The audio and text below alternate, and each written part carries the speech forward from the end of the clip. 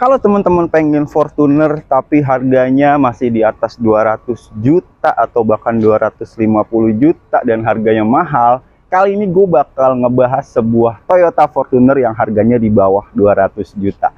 Kenapa harganya bisa di bawah 200 juta dan apakah mobil ini yang banyak dicap sebagai mobil arogan masih layak dimiliki di tahun 2023 ini? Yuk, nggak usah lama-lama, langsung kita bahas aja mobil ini. Apakah masih layak dimiliki? Mobil ini bisa kalian pertimbangkan. Satu, cocok buat aroganan, walaupun nggak oke-oke banget. Cukup lah, SUV gini kan bukan buat lo kencang-kencang terus berkendara agresif ya. Fortuner, yes, ini mobil yang banyak dicap sebagai mobil arogan. Nah, di depan gua udah ada Fortuner bensin dan ini harganya di bawah 200 juta. Jadi, kalau tadi gue bilang kenapa Fortuner ini harganya di bawah 200 juta, karena ini adalah Fortuner bensin yang harganya itu sedikit jatuh ketimbang yang Fortuner diesel, teman-teman. Dan kalau mau ngomongin Fortuner, itu sebenarnya Fortuner pertama kali hadir di Indonesia itu tahun 2005. Yang platformnya itu sama kayak Hilux dan juga Toyota Innova, teman-teman. Dan pada awalnya dia hadir dalam versi mesin bensin. Baru setahun kemudian itu versi dieselnya muncul. Dan tahun 2009 dia facelift dan tahun 2012 dia juga mengalami facelift, teman-teman. Dan di tahun 2012 itu baru varian dieselnya itu begitu populer karena sudah dilengkapi dengan variabel nozzle turbo atau VNT sehingga tenaganya melonjak tuh dari varian Fortuner diesel sebelumnya. Karena kalau yang Fortuner diesel sebelumnya ya itu kesannya tuh mesinnya agak-agak lemot, dan setelah ada VNT dia baru laku karena tenaganya udah mulai enak, teman-teman. Dan itu yang diesel ya. Sekarang kita ngebahas yang varian bensinnya nih. Ini yang tipe bensin G Luxuris 2700 cc dan desainnya itu ya teman-teman pasti udah sangat familiar ya, karena banyak banget Fortuner bertebaran di jalan raya. Jadi kita ngebahas desainnya sedikit-sedikit aja. Bagian depannya ini seperti ini, teman-teman. Lampunya oke, udah proyektor, tapi dia masih bohlam biasa. Grillnya kayak gini, ada list chrome, di atasnya ada badge Toyota, dan di bawahnya lagi ada 2 buah fog lamp. Intinya seperti ini, dan kesannya emang mobil ini cocok buat aroganan, walaupun jangan arogan ya kalau pakai ini, dan jangan masang-masang strobo. Kalau emang lu warga sipil yang nggak punya hak masang strobo, teman-teman. Itu insight aja sih, sekilas aja. Sekarang kita coba lihat bagian sampingnya. Intinya di bagian depan ini mobilnya masih sangat bagus. Sekarang kita lihat bagian samping. Di bagian samping seperti ini, teman-teman. Udah familiar juga kan ya dengan desain samping dari Toyota Fortuner. Handle pintunya udah chrome tapi belum keyless, artinya masih pakai anak kunci seperti ini atau dipencet melalui remote yang ada di kuncinya. Kemudian ada di sini pijakan kaki, dan di sini ada roof rail, lampu spionnya udah dilapis, ada ada aksen chrome seperti ini, dan ada sen seperti ini yang udah LED, teman-teman. Peleknya dia single tone pakai ring 17 dibalut dengan profile ban 265 ring 17. Bannya dia pakai dualer HT seperti ini.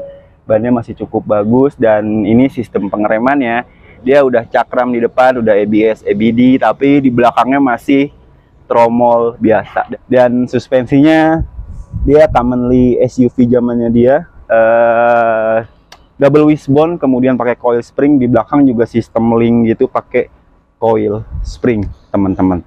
Ground clearance-nya ini cukup tinggi, 220 mm. Jadi ini emang mobil tinggi, mobil besar, dan mobil yang beratnya lumayan berat gitu, teman-teman.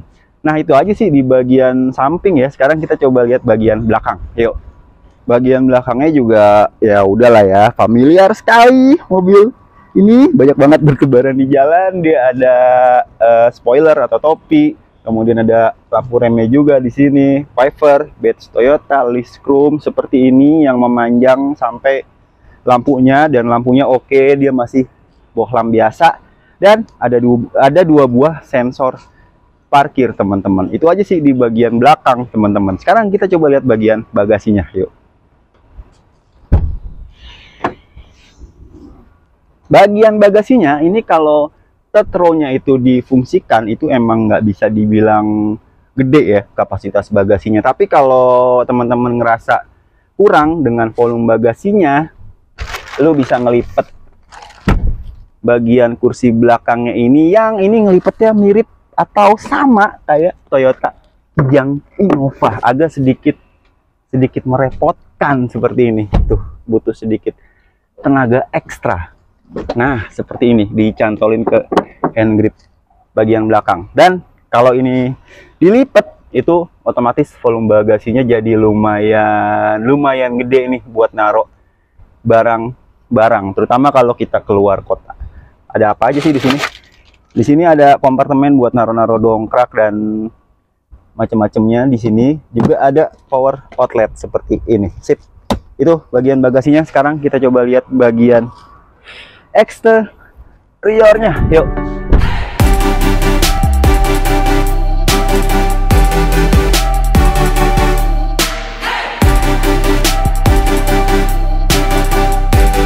So, sekarang gue mau ngasih tahu ke teman-teman interior dari Fortuner tahun 2019 tipe G Lux bensin. Nah, dalamnya seperti ini, tapi sebelumnya kita nyalain dulu. Mesinnya panas banget di luar, kita nih di rooftop, jadi kita nyalain dulu biar agak sedikit adem nih. Dan khas banget ya suaranya Toyota, sama kayak mirip-mirip suara dari Innova tuh. Jadi dulu itu Innova juga ada yang bermesin 2700 2TRFE, tapi kalau nggak salah tuh sebentar doang gitu yang banyak beredar, jadinya yang varian 2000 cc bensin dan 2400 nya yang diesel atau 25 ya, lupa gua. Nah, seperti itu. Nah, dalamnya seperti ini kalau lo lihat layout dashboardnya, ini mirip-mirip kayak Hilux dan Innova teman-teman, seperti ini. Materialnya emang overall masih plastik semua. Ini dashboardnya perpaduan antara beige dan ini sedikit kayak abu-abu seperti ini. Dan di tengah-tengah dashboardnya itu ada layar yang ini mini MID nih. Jadi di sini ada informasi jam, kemudian temperatur, kemudian juga ada average kilometer per liter. Ini 6,9 km per liter, cukup boros ya, tapi nanti kita omongin deh. Tuh, ada average fuel consumption, kemudian ada kecepatan rata-rata juga ditampilkan di sini teman-teman. Ada range-nya juga nih, range dari sisa BBM yang ada bisa buat berapa kilo. Tuh, masih bisa 102 km lagi. Itu mini MID-nya seperti ini. Kemudian head unitnya seperti ini. Ini head unitnya asli udah bisa aux, tapi ya belum kayak mobil-mobil sekarang ya. Bisa macem-macem Android Auto atau Apple CarPlay. Ini masih sangat sederhana di tahunnya dia. Ke bawahnya lagi di sini ada pencetan untuk lampu hazard dan juga defogger, dan AC-nya ini udah digital seperti ini teman-teman. Tuh ada pengaturan besaran fan speednya, kemudian temperatur dan juga sirkulasi dari luar, air circulation dari luar seperti ini, dan juga pengaturan arah semburannya. Itu AC-nya. Ke bawah lagi di sini dia masih ada asbak teman-teman, masih mengakomodir para perokok, dan pasti ada lighternya, yang ini bisa teman-teman manfaatin juga sebagai power outlet. Butuh adapter lagi nih seperti ini, dan power outlet lagi juga ada di sampingnya seperti ini. Sensor parkir di sini yang bisa diaktifkan atau di nonaktifkan. Kemudian ada rear cool nih, bisa dinyalain atau matikan. Tengahnya ada tombol dummy. Tempat penyimpanan di sini. Kemudian 2 buah cup holder dan transmisi yang modelnya gate seperti ini. 4 speed automatic, masih konvensional, masih pakai torque converter seperti ini. Nih nggak ada OD-nya karena di sini ada 3-nya nih, D3. Jadi OD itu sama D3 itu sama sebenarnya. Tempat penyimpanan ada di sini yang oke, nggak terlalu gede, dan ini bisa juga sebagai tempat bersinggahnya tangan. Tapi kenapa ini nggak dibikin materialnya soft touch gitu ya? Jadi tangan bersinggah, bahasanya aneh banget. Ya pokoknya gitu deh, enak gitu. Tapi ini kok plastik, teman-teman. Tuh, tempat penyimpanan di sini. Kemudian di sini juga ada nih seperti ini yang oke, average aja volumenya, dan bisa dikunci dari sini, teman-teman. Juga ada tempat buat naro-naro botol di sini, cup holder di bagian sini, di bagian penumpang, juga di drivernya juga ada, teman-teman. Tuh, seperti itu. Di sini juga ada ruang penyimpanan nih, bolong-bolong seperti ini. Dan di door trimnya ini oke, materialnya emang masih plastik. Di sini ada soft touch, ada motif kayu seperti ini, dan side pocketnya atau tempat nyimpen-nyimpennya gitu ya. Ini cuman bisa naruh 1 botol, tapi makin kesini tuh makin sempit, teman-teman. Seperti itu aja di bagian ini nih, door trim. Dan sayangnya nih ya, ini kenapa nggak dibuat soft touch juga ya? Jadi tangan bersanggah itu enak gitu. Lanjut ke setirnya, ini dia udah tilting tapi belum teleskopik. Setirnya 4 spokes gini, ini model-modelnya bisa lo temuin di beberapa produk Toyota juga seperti ini. 4 spoke seperti ini, ada pengaturan buat entertainmentnya nih, mode-mode entertainmentnya, volume, dan juga di samping kanannya itu ada pencetan untuk info, mencet-mencet informasi dari layar MID kecilnya di sini, teman-teman. Udah airbag di bagian pengemudi maupun di bagian penumpang. Speedometer oke, masih sangat sederhana seperti ini. Dia ada penunjuk putaran mesin, kemudian penunjuk kecepatan, kemudian penunjuk temperatur mesin, dan juga penunjuk dari bahan bakarnya atau fuel gauge-nya. Di sini juga belum ada kaca nih, sun visor-nya di bagian pengemudi, tapi di bagian penumpang itu udah ada. Lampu baca pasti masih kuning, tuh masih kuning. Lanjut, tempat naruh kacamata seperti ini. Spion di sini buat ngeliat ke belakang itu masih cetok-cetokan biasa, dan joknya dia udah kulit seperti ini, warnanya beige, lumayan enak didudukin. Pengaturannya oke, memang masih standar ya. Baru ada di sini head adjuster, sliding, dan reclining, teman-teman. Simple banget gitu. Dan ini kalau lu duduk di Fortuner, emang lu cenderung merasa superior gitu, karena ini mobilnya tinggi gitu. Mobilnya tinggi, jadi kalau lu nggak kuat-kuat mental gitu ya, lu bisa sangat superior, ngerasa superior, dan bisa mengintimidate orang lain gitu. Tapi jangan ya, karena kita juga harus menghargai pengguna jalan lain, teman-teman.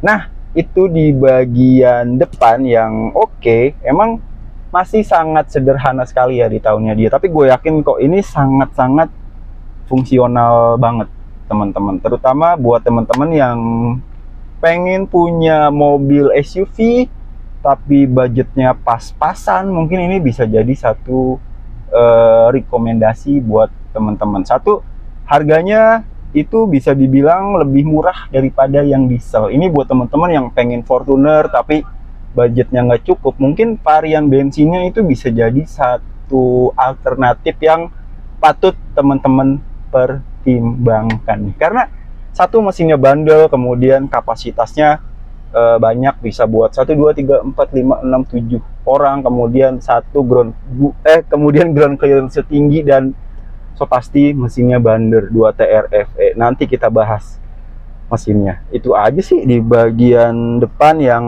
tadi gue bilang masih sangat simple dan sederhana. Sekarang kita coba lihat ke bagian tengahnya seperti apa ini mobil. Yuk.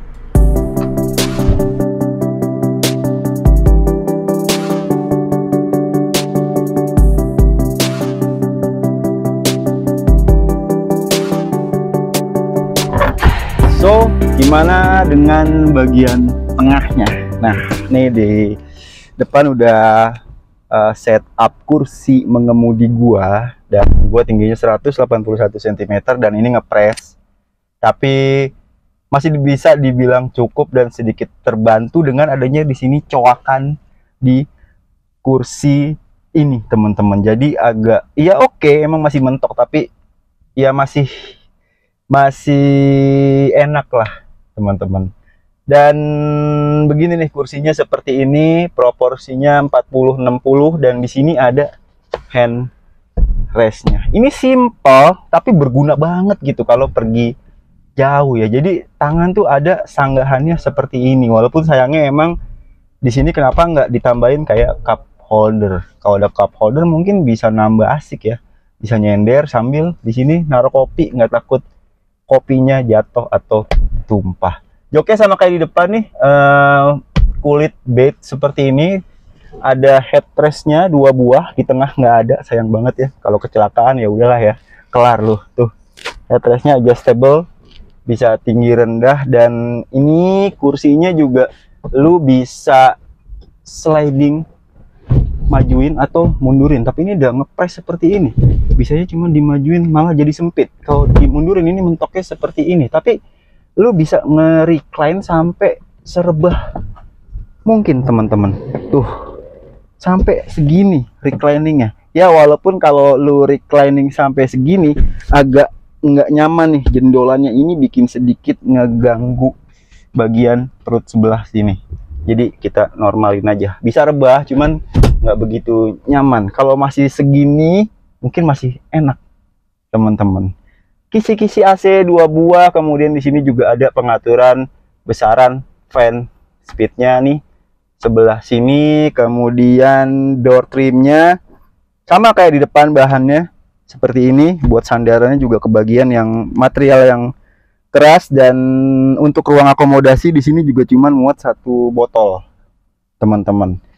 Tapi di sini ada cup holder yang lumayan ngebantu nih, ada 2 buah cup holder. Sip, itu aja sih sebenarnya di bagian tengah yang menurut gua ini cukup sih ya, nggak bisa dibilang lega, cuman cukup mengakomodir kalau temen-temen pergi jauh gitu, entah road trip atau kemana gitu. Ini udah cukup sih sebenarnya. Walaupun nih di tengah emang sayangnya di sini ada jendolan, walaupun jendolan seperti ini cukup wajar di mobil penggerak roda belakang, tapi sayangnya ya di sini nggak ada headrestnya, teman-teman. Jadi untuk keamanan agak sedikit kurang ya, walaupun cukup sih sebenarnya menurut gua. Bagaimana dengan row ketiganya? Row ketiganya itu menurut gua cukupan aja sih ya. Gua yang tingginya 181 emang agak sedikit nggak nyaman, terutama soal leg roomnya, teman-teman. Dan juga satu lagi, headroomnya itu di belakang lama-lama makin sempit. Kalau di sini kan masih ada sisa space banyak. Kalau di belakang itu headroom gua, headroom sama pala gua itu nyaris banget mentok, teman-teman. Mungkin kalau lu tingginya nggak setinggi gua atau mungkin anak-anak mungkin masih bisa nyaman di belakang. Kalau setinggi gua ya lebih baik di tengah atau di depan. Itu aja sih di bagian interiornya. Gua tambahin lagi di bagian third row-nya juga masih ke bagian kisi-kisi AC. Di belakang sini ada kisi-kisi AC. Jadi ya nggak panas-panas banget lah, masih sedikit nyaman. Kalau lu tingginya nggak setinggi gua atau mungkin buat anak-anak di belakang masih sangat recommended, teman-teman. Sip, itu bagian interiornya. Sekarang kita coba bahas bagian mesinnya. Yuk.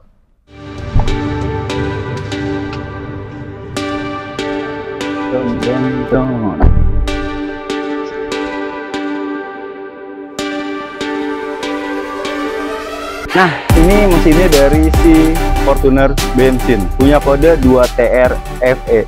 Dan mesin 2TRFE itu juga digunakan di Kijang Innova generasi awal. Jadi dulu itu Innova ada juga yang punya mesin 2700 cc bensin, teman-teman. Tapi yang lebih populer itu yang versi 2000 cc bensinnya dan versi dieselnya 2400 atau 2500 cc gitu.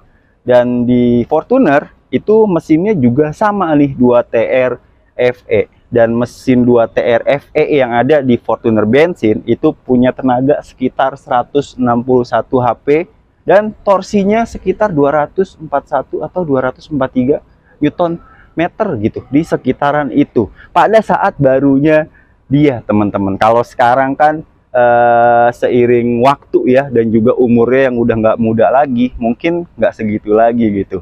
Dan mesin ini 2TRFE terkenal sebagai mesin yang cukup bisa dibilang badak. Dan kalau teman-teman ragu sama spare part ya, jangan khawatir. Ini Toyota, spare partnya pasti melimpah dan banyak pilihannya gitu. KW1, KW2 sampai KW-KW sekian. Pokoknya banyaklah pilihan opsional untuk si spare part dari mesin 2TRFE ini, teman-teman. Itu aja sih bagian mesinnya ya. Dan di sini belum ada peredam mesinnya, masih seperti ini, polosan seperti ini. Kemudian di sini ada oil power steering karena dia belum EPS, dan juga di sini ada modul dari anti-lock braking system ya, teman-teman. Sip, itu aja di bagian mesin dan juga engine bay-nya.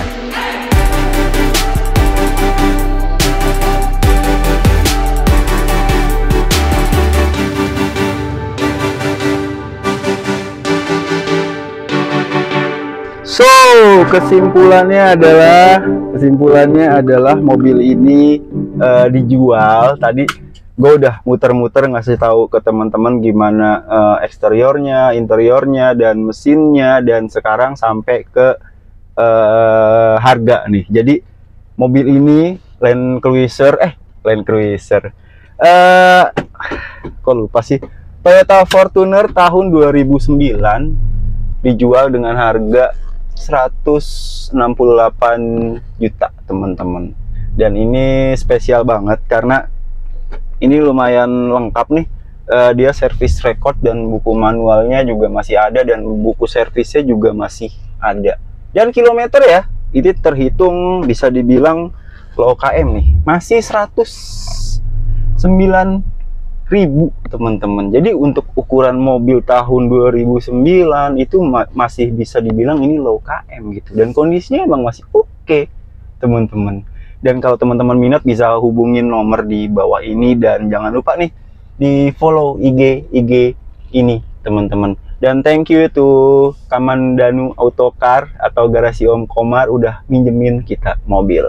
Dan kesimpulannya adalah Toyota Fortuner bensin ini menurut gua ya, itu cukup bisa kalian pertimbangkan sekarang gitu, terutama buat kalian yang pengen punya mobil SUV leather frame untuk berkegiatan road trip atau outdoor activity, camping, camp car. Itu mobil ini bisa kalian pertimbangkan. Satu, harganya lebih murah dari varian dieselnya, kemudian capability-nya juga oke. Dia emang bukan 4-wheel drive, 2-wheel drive dengan penggerak roda belakang, dan mesinnya bensin. Ini udah cukup sih menurut gue, teman-teman, walaupun bukan diesel ya. Karena satu, mesin 2TRFE ini juga hitungannya bandel, teman-teman. Spare partnya juga banyak, dan gua rasa semua bengkel bisa kali ya nanganin kalau mesinnya ini mengalami trouble. Tapi yang paling menarik adalah harganya sih. Harganya tuh lumayan jauh lebih murah daripada versi dieselnya. Dan ini leather frame, SUV leather frame. Leather frame tuh lebih kuat lah untuk ke medan-medan yang berat, teman-teman, ketimbang SUV yang udah penggerak depan dan sasisnya itu monocoque. Itu sih kalau menurut gua rasa berkendaranya ya, ini emang commanding banget gitu, visibilitasnya bagus dan lu bisa ngemantau kemanapun. Kok kemanapun sih, lu bisa memantau gitu setiap sudut dari mobil ini. Artinya mobil ini sangat apa ya, visibilitasnya bagus banget sih. Nggak ada panel-panel atau apapun yang mengganggu visibility-nya. Kayak misalkan di sini pilar A ini itu nggak ngeganggu kalau lu mau putar balik. Paling menurut gua masalahnya dari mobil ini adalah, walaupun nggak ganggu-ganggu banget, adalah radius putarnya emang agak nggak bagus-bagus banget sih teman-teman. Gitu aja. Dan juga emang tenaganya tidak segalak mesin dieselnya, terutama mesin dieselnya yang 2KD yang udah VNT. Ini emang tidak segalak itu, tapi gua rasa cukup sih. Nggak ngebut-ngebut banget, tapi gua rasa cukup teman-teman. Kayak gini nih, dia emang agak kurang galak ya, agak kurang oke gitu. Dan emang pas mobil leather frame memang body rollnya emang oke. Gue bisa akuin ini, menurut gue dia body rollnya cukup kerasa gitu. Ini kalau boleh compare ya, kemarin kan kalau lu ngeliat vlog gue sebelumnya itu gue ngebahas tentang Everest ya. Menurut gue body rollnya kalau sama-sama SUV leather frame itu gue masih lebih ngerasa nyaman dengan si Ford Everest gitu teman-teman. Ya ini buat lu cruising keluar kota, jalan sama keluarga, menurut gue sih masih oke lah, tenaga maupun body rollnya. Walaupun ya nggak oke banget, cukup lah. SUV gini kan bukan buat lu kencang-kencang terus berkendara agresif ya. Ini kan buat lu cruising santai gitu. Dan konsumsi BBM oke. Ini emang nggak bisa dibilang irit ya, tapi menurut gue nggak boros-boros banget sih. Sama aja kayak lu bawa Kijang Innova bensin gitu, atau bahkan Kijang kotak, Kijang kapsul. Ini sama-sama aja, dalam kota tuh kisaran 1719 gitu ya kalau macetnya parah.